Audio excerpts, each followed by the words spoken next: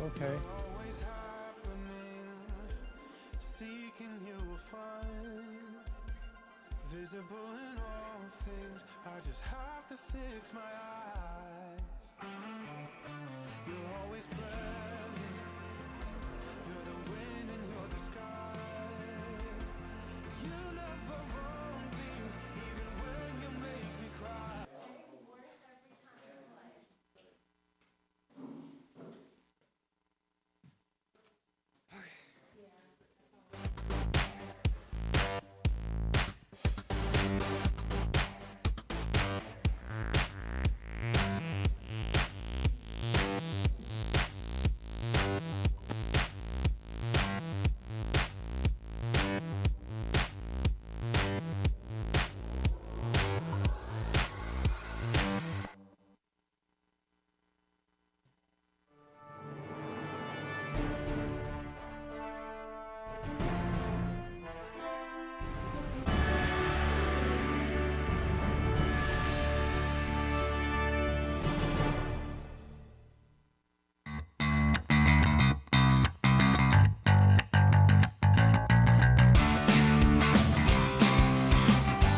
Hey, everybody. Good evening. How are you? Let me get the music off. Good to see everybody and all that kind of fun stuff. Yay. We're filling up. Isn't this fun? Governor says we're only allowed to have 10, and we've got less than 10 as far as the camera knows. It'll be okay.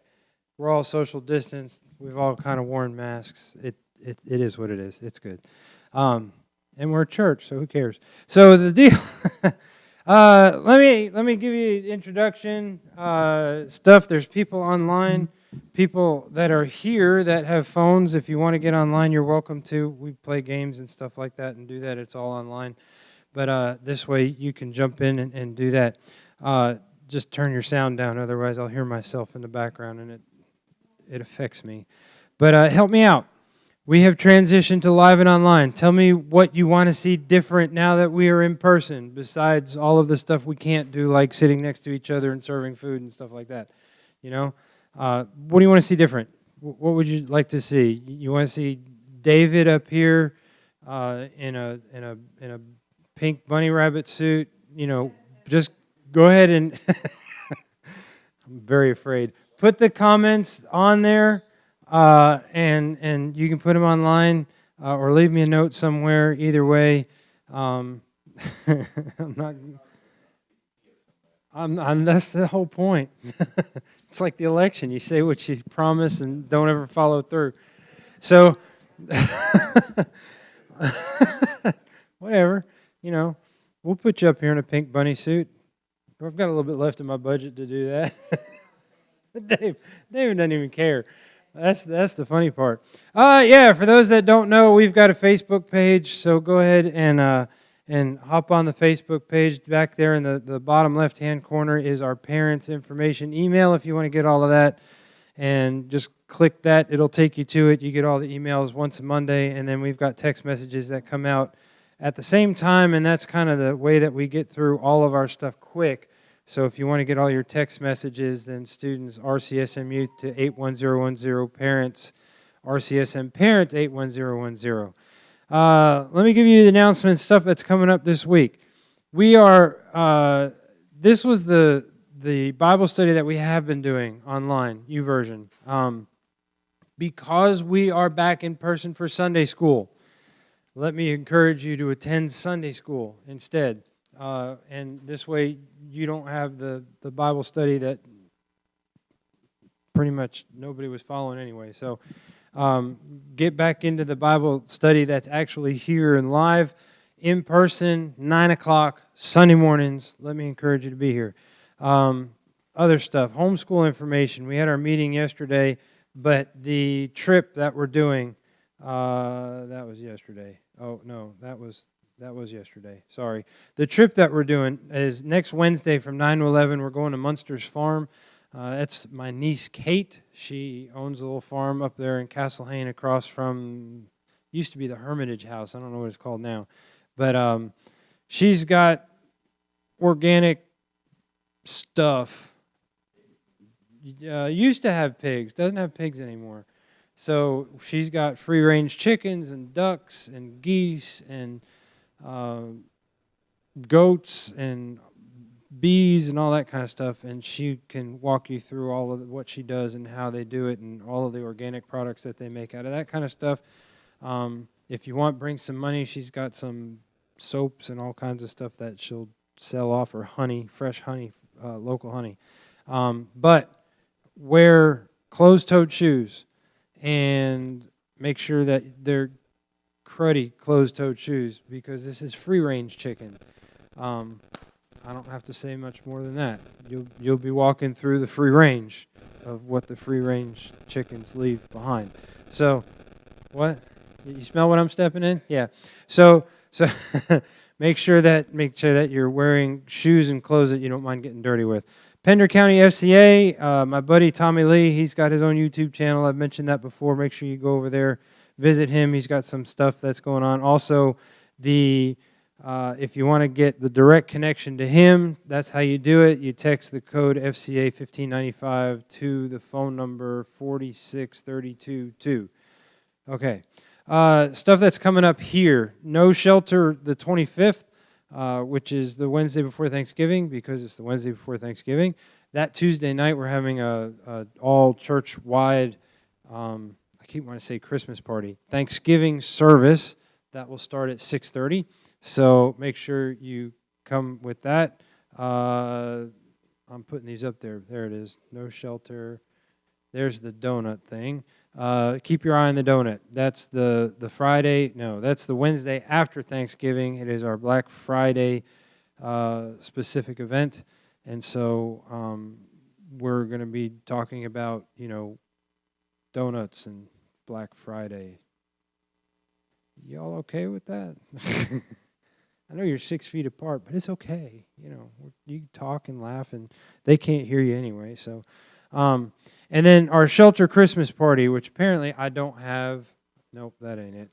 I don't have a slide for. But the shelter Christmas party is December the 2nd. Let me get rid of that. That's not even right. Which is December the 2nd, and that is we figured for we're going to do all the same stuff that we know. Bring a bad Santa gift, which is a gift that gets wrapped and that you can, pull it out of your dad's attic, basement, garage, $5 or left. Ask permission first, maybe. Go up in the attic and find this box that hasn't been opened since you moved there.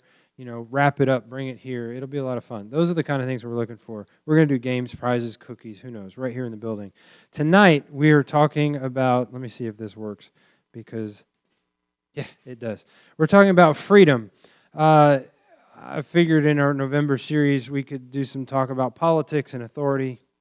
Why not? We still don't officially have a president, so we just keep talking about it. And so actually it's a 3-week series talking about the authority of God. The 3 authorities that God set up. God is the ultimate authority we talked about last week. Tonight, for all of our over age 18 folk in the world, in the room and online, we're talking about parents as the second authority that God has ordained. I feel like this is like, I feel a lot like Moses with the parting of the the Red Sea. What you can't see online if you're watching online is there's most adults on this side, older and not so much on this side. So you get the idea. But before we dive into learning time, we always do a little bit of game. So because it's the holiday season, I thought that, goodness, all of those slides are all messed up. I thought that we would do something that was a little bit fun, and we're going to do what's called, Did They Pumpkin Spice It? And so I've got a list of things. The pumpkin spice wizards are still cranking out pumpkin spice flavored products at an alarming rate, and let's be honest, we kind of love it. Some of us do. See if you can figure out if the following products will have been pumpkin spiced. Have fun. You can play, if you got your phone, you can play with us online. Use the comments this way. I can see who it is there. This is a yes or no question. Did they or did they not pumpkin spice the following products? And so I'll just ask yes or no, or you can type it in and we'll figure it out that way. Here we go. Number 1. This is kind of gross. Yeah, Spam.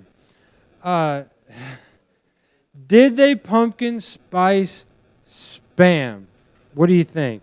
What do you think? We've got a few people that say yes. That always Emma, that always kills me, mosquito-flavored Cheetos.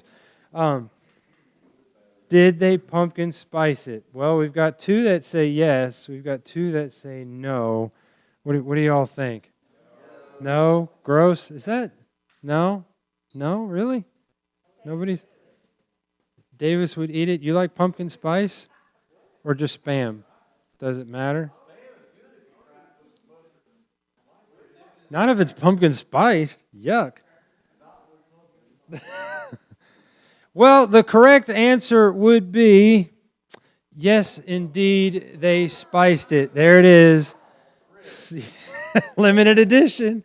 Head out to your local dollar store and find yourself a... Uh-huh. I just...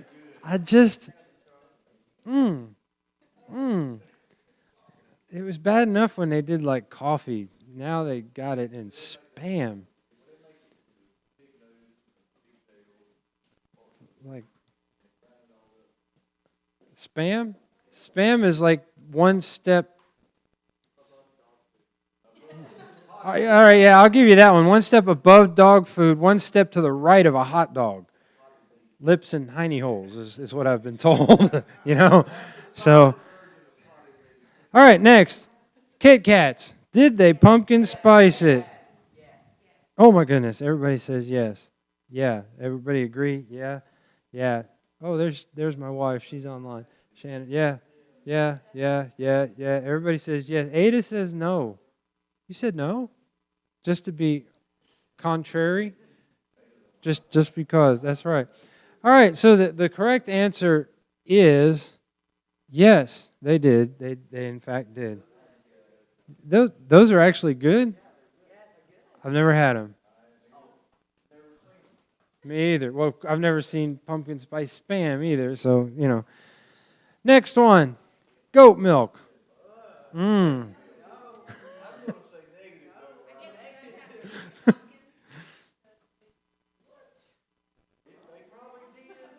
Yeah, let's think about that. So you throw old pumpkin spice garbage out at the goats and they eat it, and now you've got pumpkin spice goat milk. So yuck. Yuck. Huh? Yes. I've had goat's cheese. Yeah. Goat's cheese. Yeah, no, hogshead cheese is actually better. I'll take it. Goat's cheese is kind of sour. It's like sour milk. Yeah, they milk the goat and then they let it ferment. Yeah, they put a rennet in it and it turns it curds. Yeah. Yeah, oh yeah. Yeah, they'll put it inside of sheep's intestines and stuff like that. Angela's like, nope, we're done. We're talking about cheese. Well, the correct answer is bye.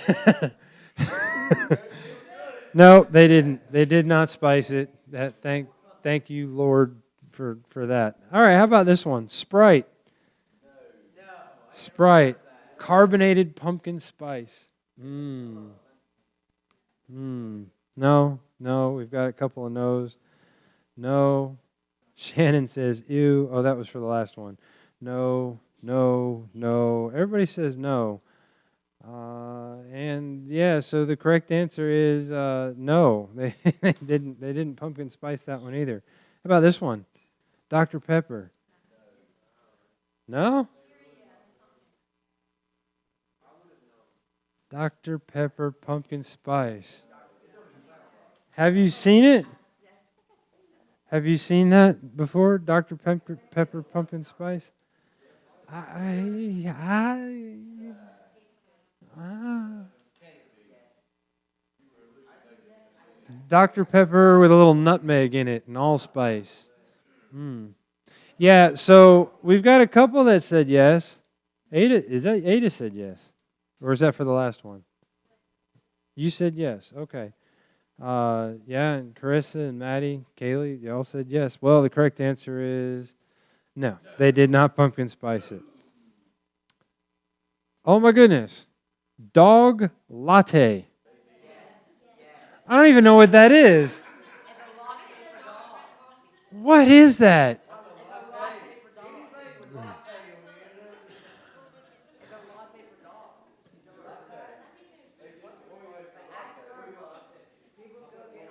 All right, wait.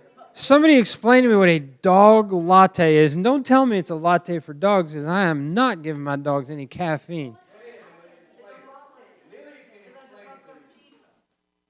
It's a what?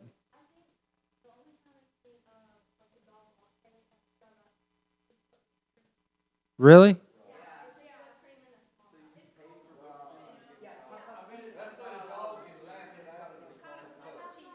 A puppuccino. So you're buying your dog a handful of whipped cream in a cup from Starbucks. You just take a $5 bill and set it on fire, because I don't get that. A cappuccino. Well, here it is. Yes, they spiced it, and there it is for all of its glory. There's actually like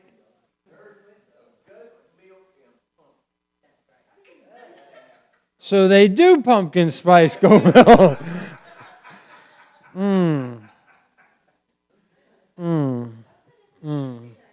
What? What's the difference? Minus the coffee. So it's whipped cream. Of course, that looks more like something, like substance with goat milk and other stuff in it. So, all right, let's go back to human food. How about Pop-Tarts? Pop-Tarts. Shannon said that's a Karen purchase. That would be the dog latte.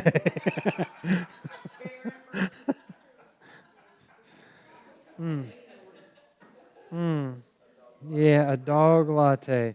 Yeah, let's see. We got everybody's kind of in agreement that, yeah, they did, and yeah, they actually did. Pumpkin spice Pop-Tarts. Pumpkin spice Pop-Tart. I can't even say it. Pumpkin spice Pop-Tarts. There we go. Ada, you went with no again, did you? I'm sorry. Sorry. All right, hand sanitizer. They've got everything, right?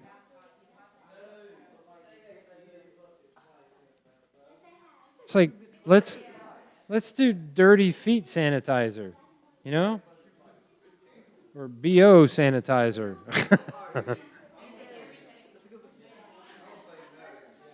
Huh? Well, I know.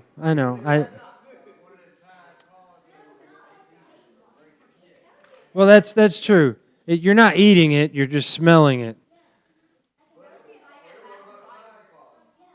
Huh?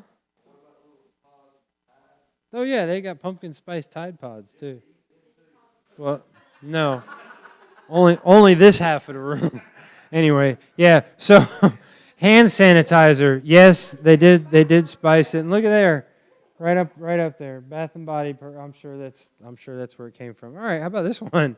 Acne cream. Go walking around smelling like a dog latte. Come on, you just put that on there, and if you're going to put it on your hands as hand sanitizer, don't you think it makes sense to have acne cream? We're off the cheese. Yeah? No? Acne cream? Angela, what do you think? Acne cream, pumpkin spice acne cream. She's done. She's out. Yeah, Shannon said, I hope not. No. Okay. You'll have all the dogs wanting their latte following you around. Yeah, and that is an incorrect. They didn't spice that one. All right, fish and worms. Pumpkin spice fish and worms. Redneck says yes. Gummy worms? It doesn't say gummy worms. It just says fishing worms.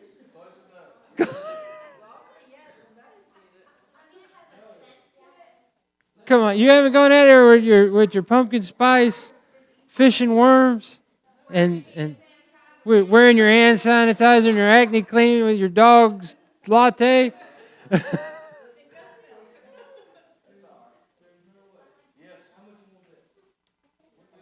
Oh, I'd take that bet.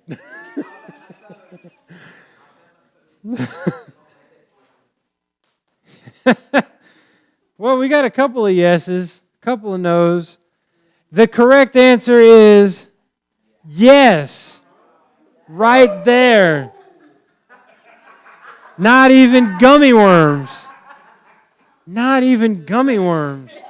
Bass don't care. If it looks like a worm and it smells funky, they're going to chomp on it. There it is.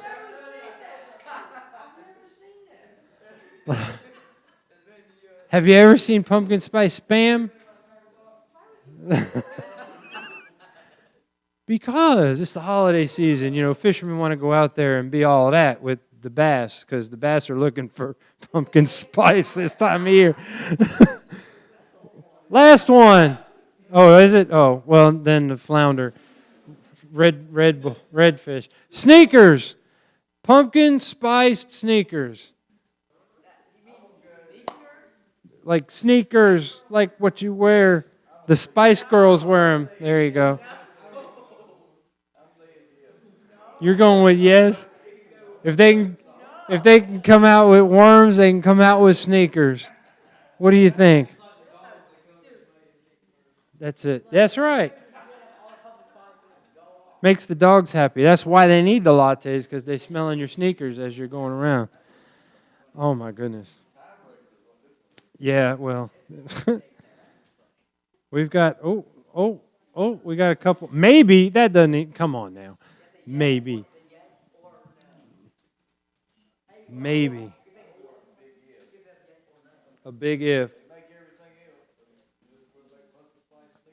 They don't make pumpkin spice acne cream. There you go, open market. Yeah, anybody want to jump in there? Well, the correct answer is yes, they did. Yes, they did. I'm not asking. I don't know.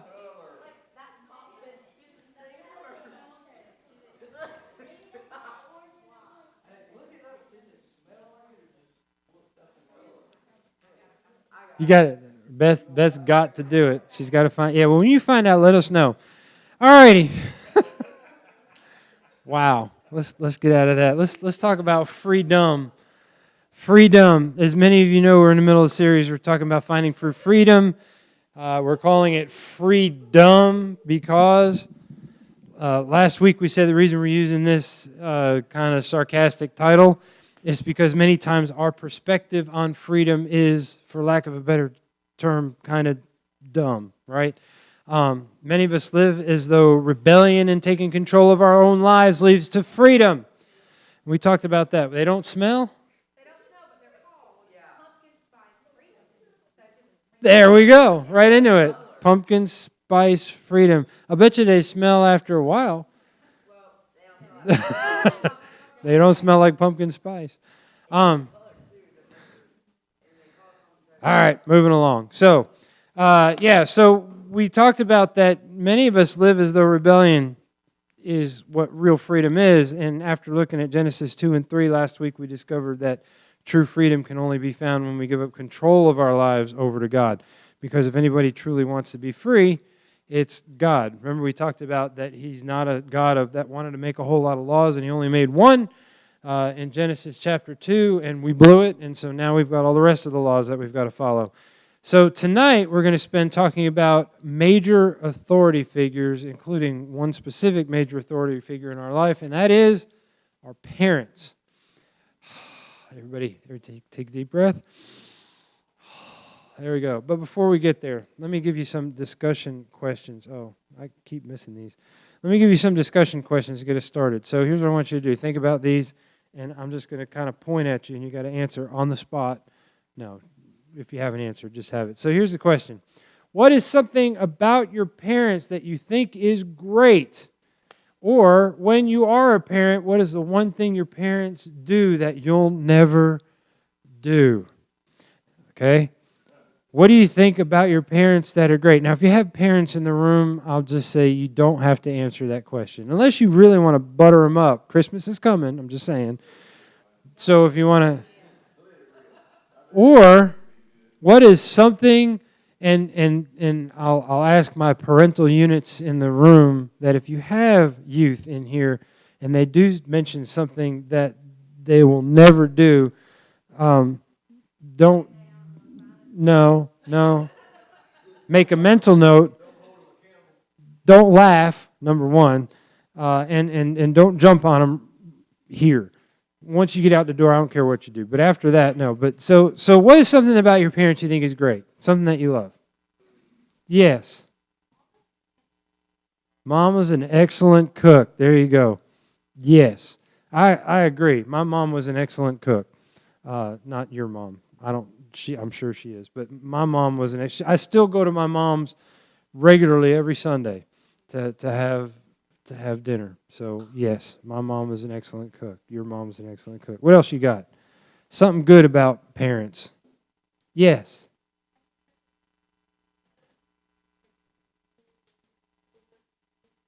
Nice, yeah. Supportive parents. That's always an encouragement. Yeah. Anybody else? Good things about parents. Yeah. Helpful.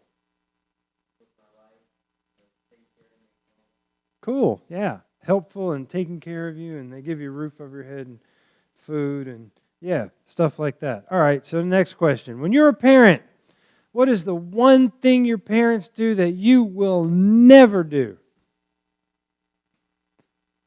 I can hear the crickets chirp. The spiders move. One thing. Or, what is a rule that they have that you'll never make your kids follow? How's that? A rule that you have that you'll never make your kids follow.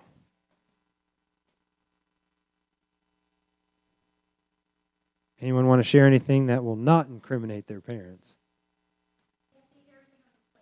You have to eat everything on your plate. So, not going to make my kids follow that whatever, okay?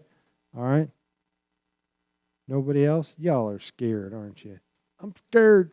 This is online. My mama's watching. My mama's across the room. Whatever. All right.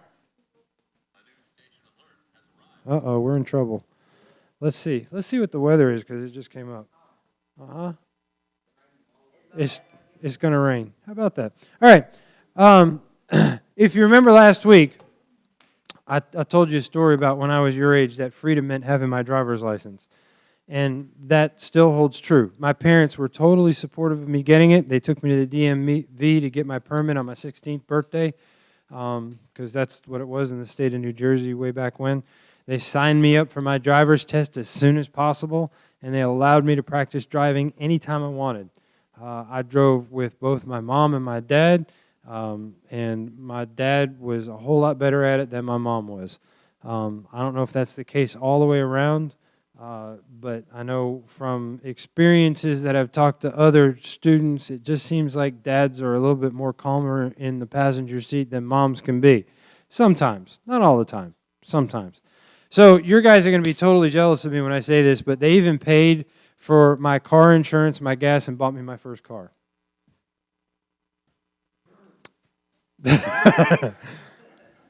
Yes, they did. Sorry. It was It was a canary. I was going to try to find you a picture of it, but I don't have one anymore. It's a canary yellow Chevy Monza, 1979 Chevy Monza. It still had an 8-track player in it, stick shift. Oh yeah, man, it was great. Had a CB radio in the bottom, huh? No, I never went that route, but it had a CB in the bottom with a 8-10 foot whip antenna on the back because my buddies, they all got Camaros. Of course, they were also in auto shop, so they got their Camaros, 78, 79 Camaros, beat up to all get out, brought it in, and that was their project that they worked on for auto shop throughout high school. By the time those things came out, one came out candy apple red, and the other one was a metallic blue. Wow! And those things were fast. Mine was canary yellow. But it looked like the same thing as the Camaros, just shorter. It was a 2-door. Theirs were 4. And they would smoke me anytime.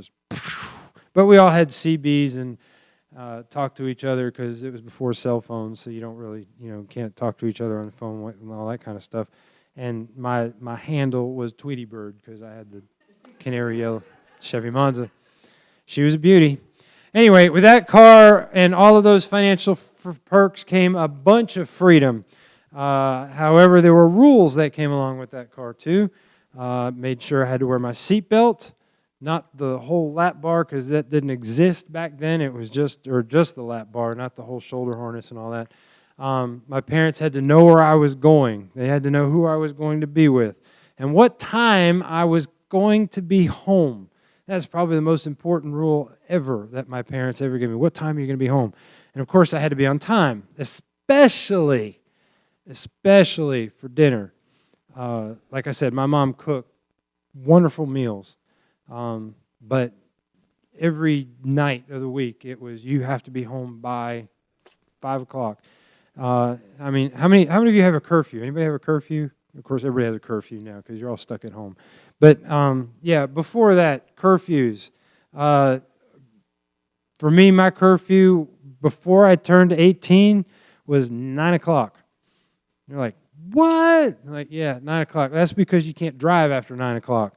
And so that was my curfew. You got to be home by 9. Unless I wasn't driving, and then it was extended to, 10. I don't know. But it was partly because they wanted me home, partly because legally I wasn't supposed to drive after 9. But even more than the curfew, like I said, was being on time for dinner. Every day, 5 o'clock, Monday through Friday. My dad got home from work, took a shower, and it was time for dinner.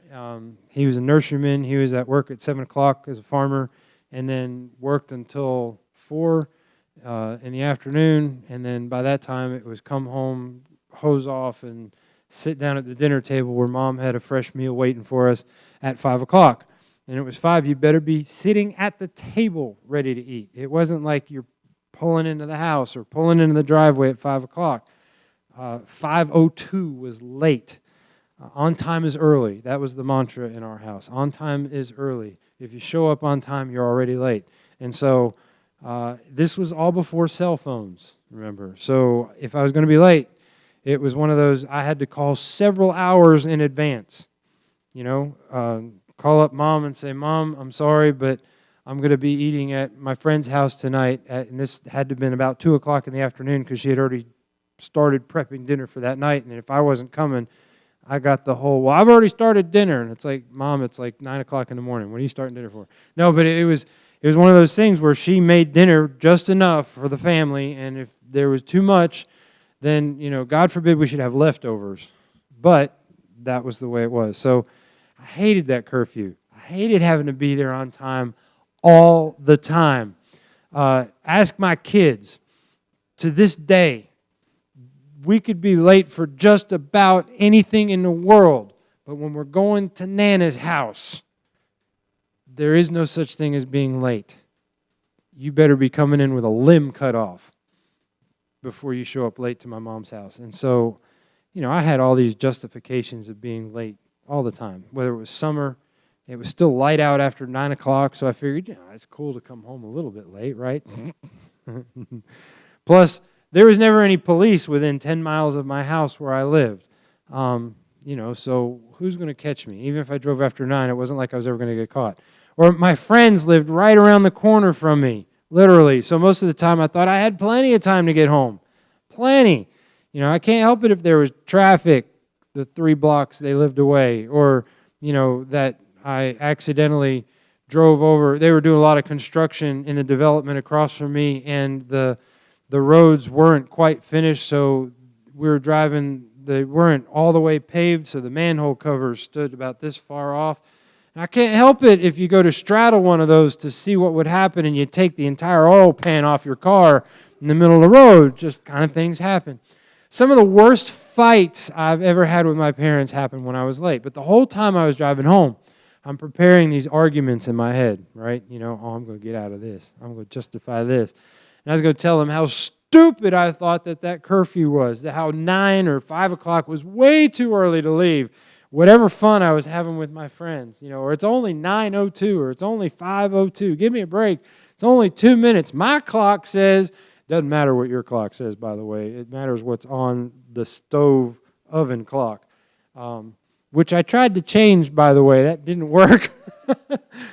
Here's the thing. Have you ever felt like that? Do you ever feel like the rules that your parents have for you are a bit much?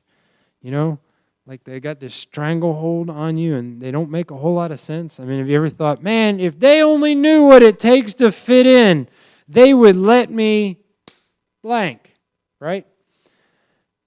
Let me wear that outfit. Let me play Fortnite a little bit longer.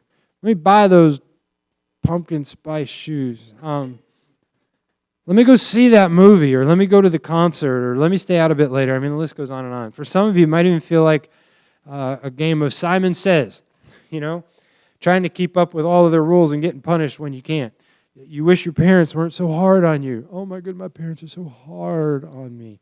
Sometimes we feel like our parents just don't understand. And the rules are unfair, so we decide to make up our own rules and do our own thing because we're way smarter than they are. We want to take control of our lives, right? Well, last week what happens? We found out what happens when we rebel against authority. More rules, less freedom, right? More rules, less freedom. So today I want to help you focus less on the rules your parents have for you, their parental controls, and focus more on who is giving the rules and our proper response to that authority, okay? As we said earlier last week, we discovered true freedom is found giving up control of our lives to God. So part of what that looks like for us is submitting ourselves to the authority of God's Word, the Bible. So today, we're going to take a look at a Bible passage to see what God has to say about our relationship with our parents and their authority over our lives. Many of you know who the Apostle Paul is, but let me do a quick summary. This is the shortened version. Paul wrote about half the books of what we call the New Testament. Before he did that, Paul's name was Saul. Saul was a Jewish religious leader at the time of Jesus, and after Jesus' death and resurrection, he used to persecute the followers of Jesus and wanted to wipe them out. That was his whole goal in life. Saul's job was to kill the Christians. And one day while he was on the road to round up to kill some Jesus followers, the resurrected Jesus appeared to him and challenged him. And Saul's life was completely changed after that encounter with Jesus, including eventually having his name changed to Paul, somewhere down the road. So Paul went on to be one of the greatest Christian missionaries of all time. He was the catalyst behind the spread of the message about Jesus, the gospel, and he went to many cities and countries outside of Israel to share Jesus with those people. All right, one of those cities was Ephesus, and that's what we're going to talk about in the book of Ephesians. After Paul left these cities to take the gospel to other places, he often sent letters back to encourage people there, and that's how we get the book of Ephesians. It's actually a letter that Paul wrote to the church in Ephesus. Phew, okay, we're caught up. So in the first few chapters of the book of this letter, Paul lays out all of the great things that God has done for us through Jesus. And then in the final 3 chapters, he talks about what it looks like every day. And that was kind of how Paul worked. He would lay out what's called theology, which is what we believe about God, and then he would lay out how do you practically do that? usually in the second half of the letter or the book or whatever he's writing.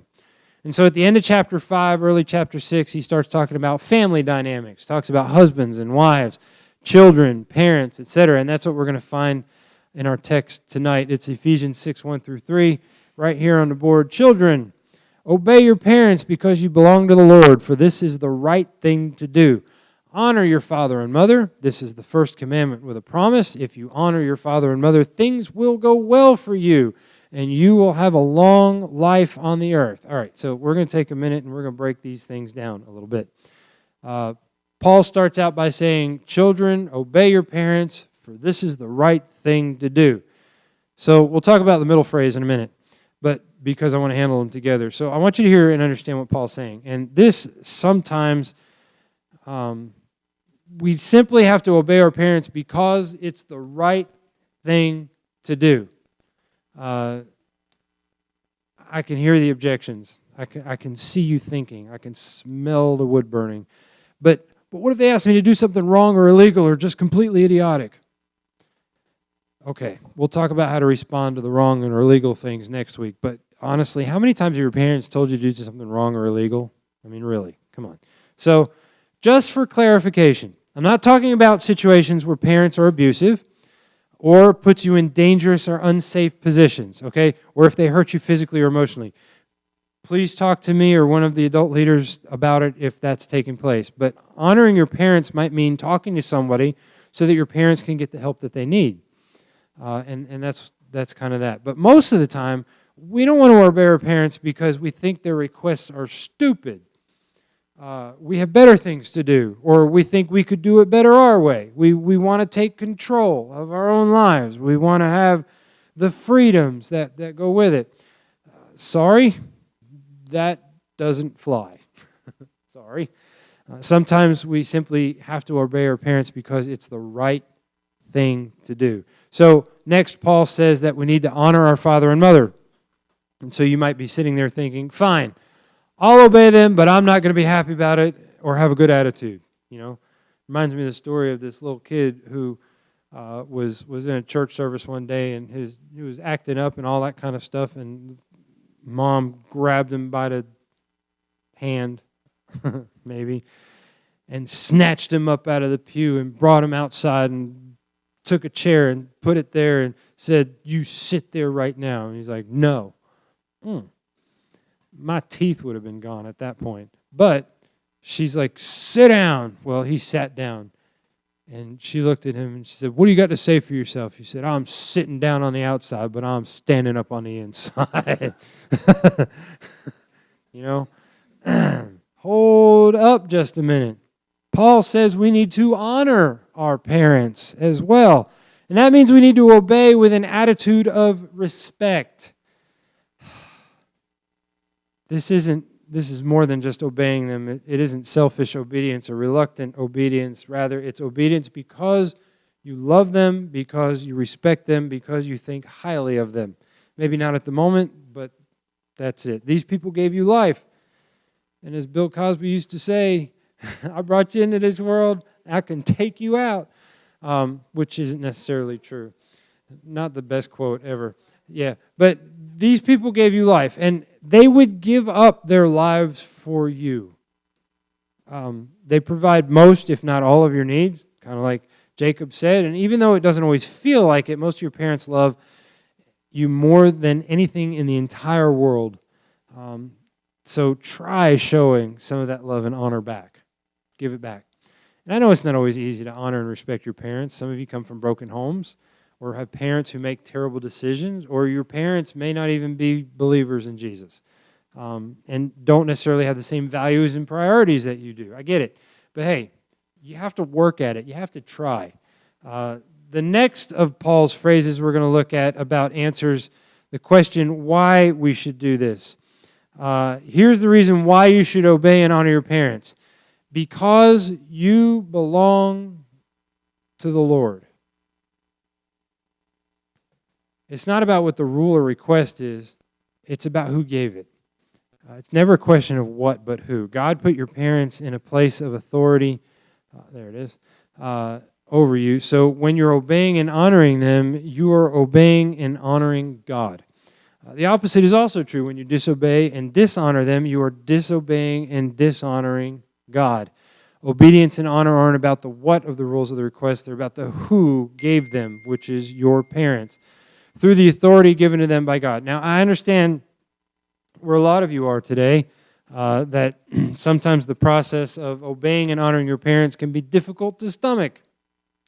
Swallowing your pride and giving up control to their authority over you can be kind of difficult at times, especially when you feel they're wrong or being unreasonable. But believe it or not, there are benefits to living this way.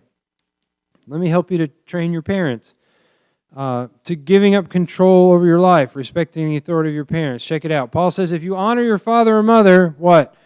If you obey them because it's the right thing to do and because you belong to the Lord, things will go well for you. And you will have a long life on the earth. That's not just because they're not going to take you out, but that's because God promised it.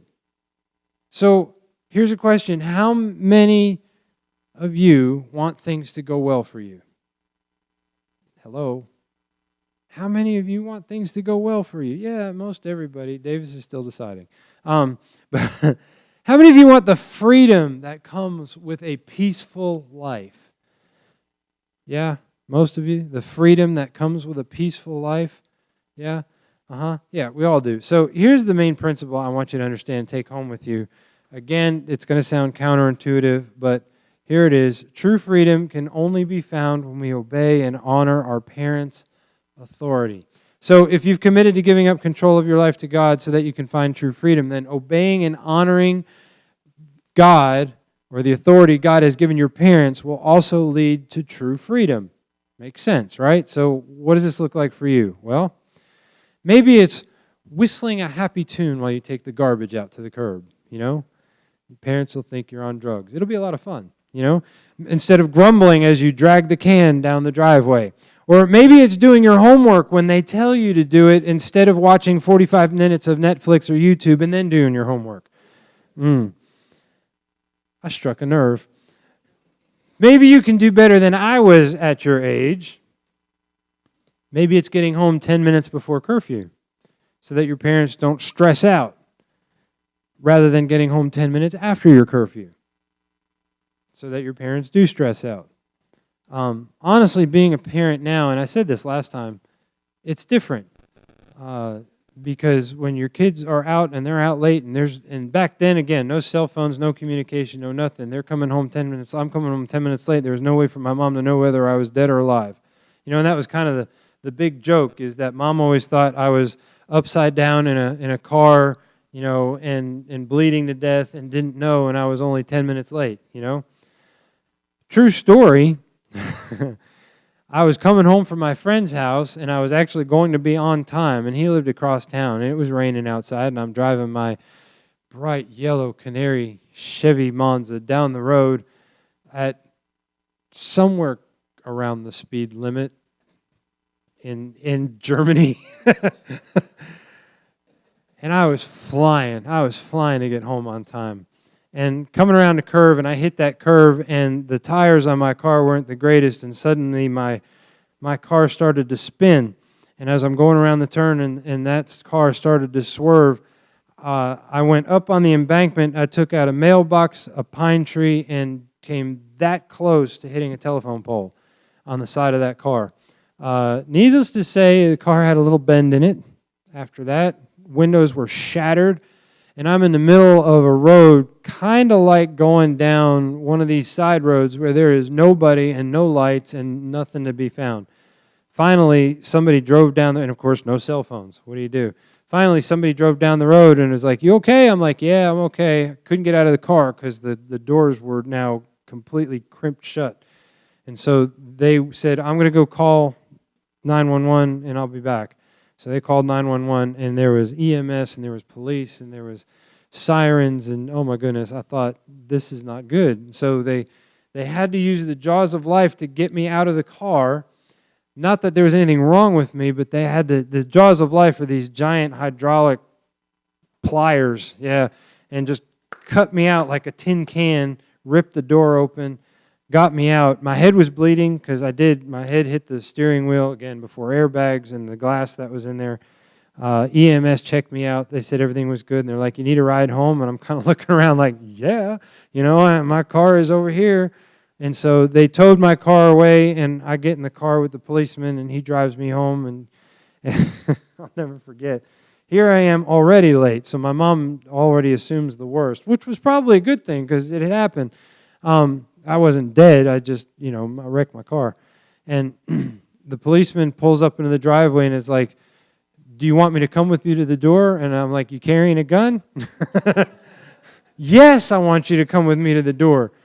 Mistake number one. Because he went up to the door, and I stood about 6 feet back. And so all that was standing in the door was a policeman. When you're a parent, you'll understand.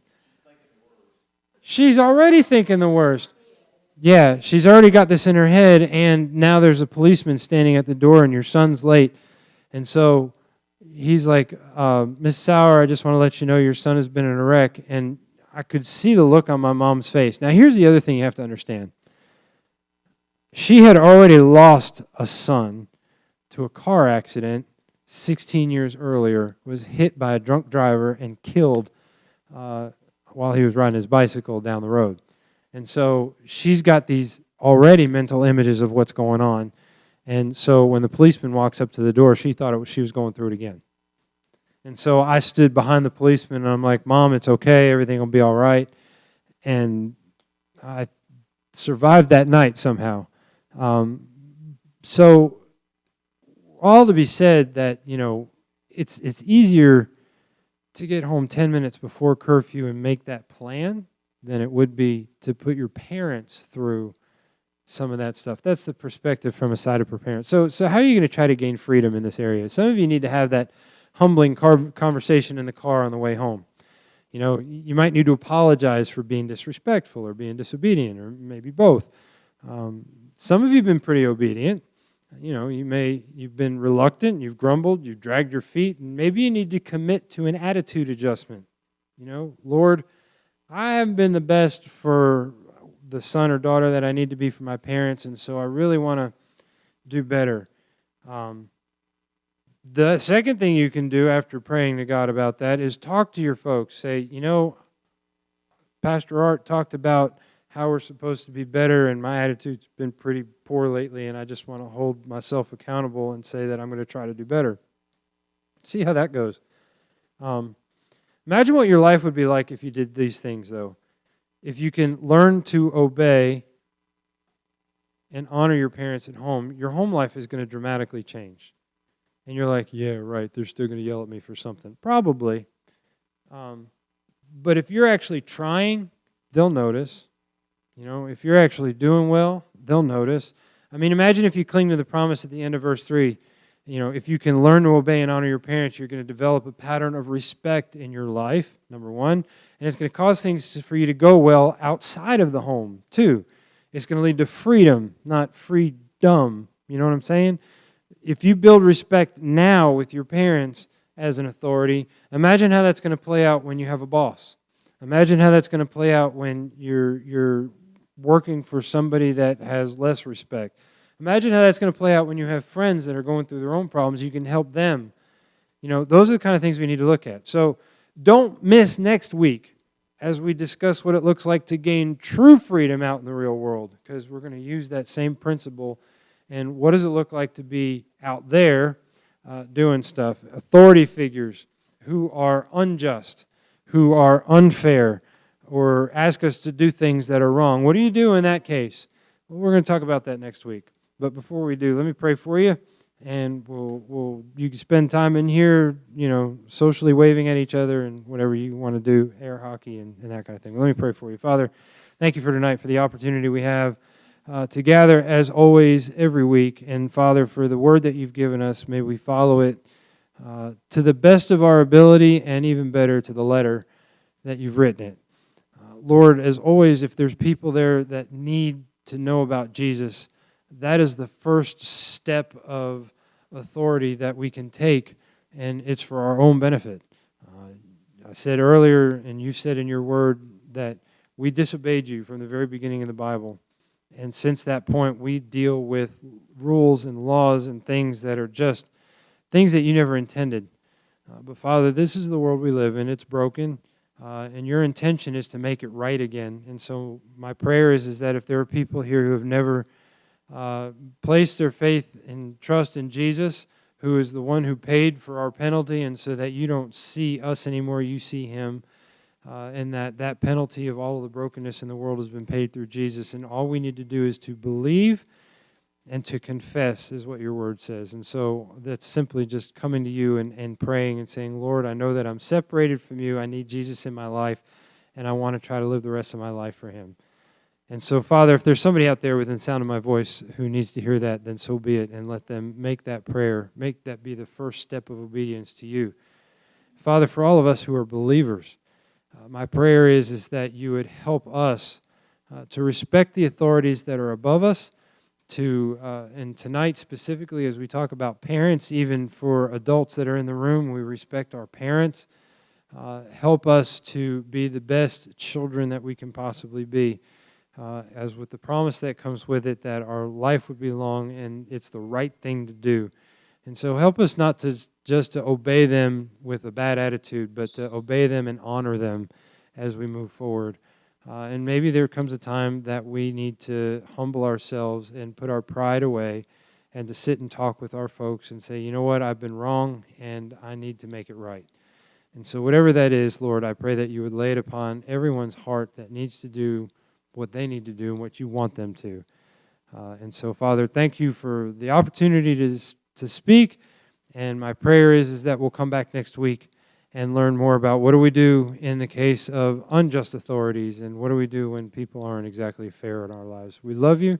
We thank you in Jesus' name. Amen. Thanks, folks, for coming. As always,